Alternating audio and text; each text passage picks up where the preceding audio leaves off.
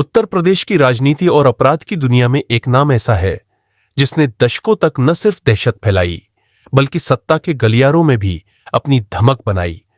अतीक अहमद। यह कहानी है एक गरीब तांगे वाले के बेटे के अपराध सम्राट और बाहुबली नेता बनने की, जिसकी जिंदगी में हर मोड़ पर सस्पेंस, साजिश, सत्ता और सनसनी रही। नमस्कार दोस्तों, स्वागत है आपका हमारे चैनल क्राइम स्टोरी जोन में, जहां हर हफ्ते आपको मिलेंगी सच्ची जुर्म की कहानियां, रहस्यमयी केस और अनसुलझे अपराधों की रोमांचक दास्तानें। अगर आप भी क्राइम स्टोरीज और थ्रिलर में रुचि रखते हैं तो चैनल को सब्सक्राइब जरूर करें और बेल आइकन दबाना न भूलें ताकि कोई भी कहानी आपसे छूट न जाए। तो चलिए शुरू करते हैं आज की कहानी। अतीक अहमद का जन्म 1962 में प्रयागराज के चाकिया मोहल्ले में हुआ था। उनका बचपन तंगहाली और अभावों में गुजरा। पिता फिरोज अहमद तांगा चलाते थे। घर की माली हालत बेहद खराब थी। अतीक के मन में बचपन से ही कुछ बड़ा करने की चाह थी, लेकिन पढ़ाई से उनका कोई खास नाता नहीं रहा। 10वीं में फेल होने के बाद उन्होंने स्कूल छोड़ दिया। इलाके में दबंगों का बोलबाला था और अतीक भी धीरे धीरे उन्हीं की राह पर चल पड़े। सिर्फ 17 साल की उम्र में अतीक पर पहली हत्या का आरोप लगा। इसके बाद उन्होंने पीछे मुड़कर नहीं देखा। 80 के दशक में इलाहाबाद की गलियों में अतीक का नाम डर और खौफ का पर्याय बन गया। रंगदारी, वसूली, अपहरण, हत्या, इन सब अपराधों में उनका नाम जुड़ता चला गया।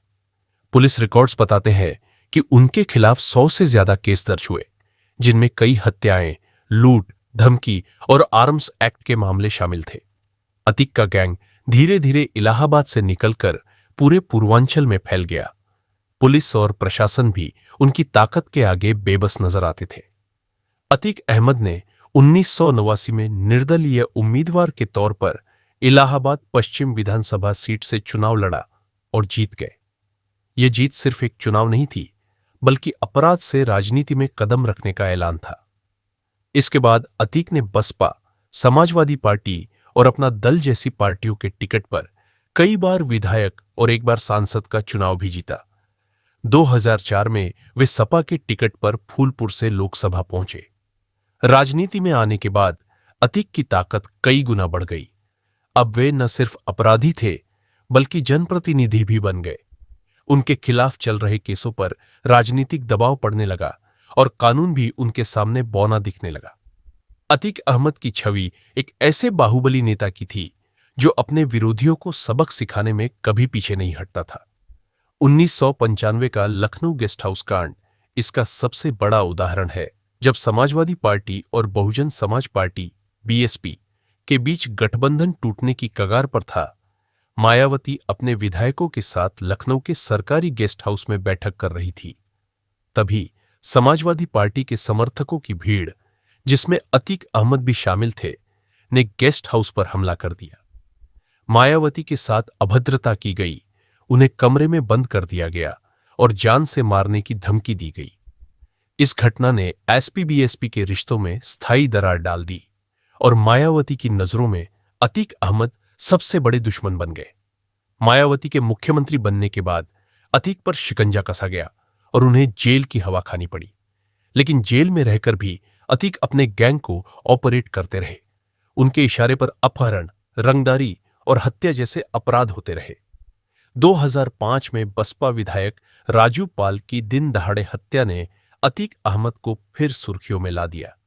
इस हत्याकांड के पीछे अतीक और उनके भाई अशरफ का नाम आया।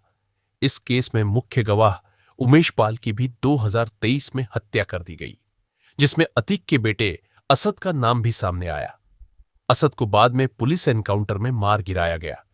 यह केस अतीक के लिए एक ऐसा जाल बन गया जिसमें उनका पूरा परिवार फंसता चला गया। अतीक अहमद पर आरोप था कि वे जेल के भीतर से भी अपना गैंग चलाते रहे। 2018 में एक बिजनेसमैन के अपहरण और मारपीट के मामले में सुप्रीम कोर्ट ने उन्हें यूपी से गुजरात की जेल में शिफ्ट कर दिया। लेकिन उनके नेटवर्क की जड़ें इतनी मजबूत थीं कि जेल से भी उनका खौफ बना रहा।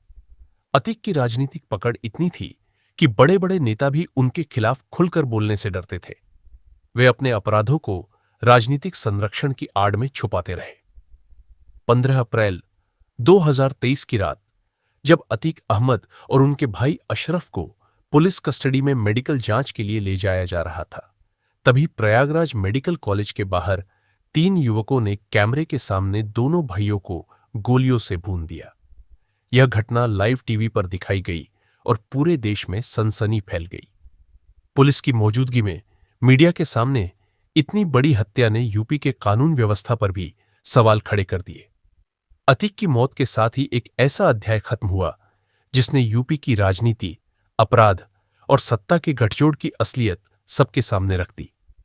अतीक अहमद की कहानी सिर्फ एक अपराधी की नहीं, बल्कि उस सिस्टम की भी है जिसमें अपराधी राजनीति में आते हैं, सत्ता का इस्तेमाल करते हैं और कानून को अपने हिसाब से मोड़ते हैं। गरीबी से उठकर अपराध और फिर राजनीति में दबदबा। अतीक की जिंदगी यूपी के उन सैकड़ों युवाओं के लिए भी सबक है जो शॉर्टकट में ताकत और पैसा हासिल करना चाहते हैं। अतीक की कहानी बताती है कि अपराध और सत्ता का गठजोड़ चाहे जितना भी मजबूत हो, उसका अंजाम हमेशा बुरा ही होता है। तो दोस्तों, ये थी अतीक अहमद की कहानी, एक ऐसा नाम जिसने उत्तर प्रदेश की राजनीति और अपराध की दुनिया को दशकों तक हिलाकर रखा।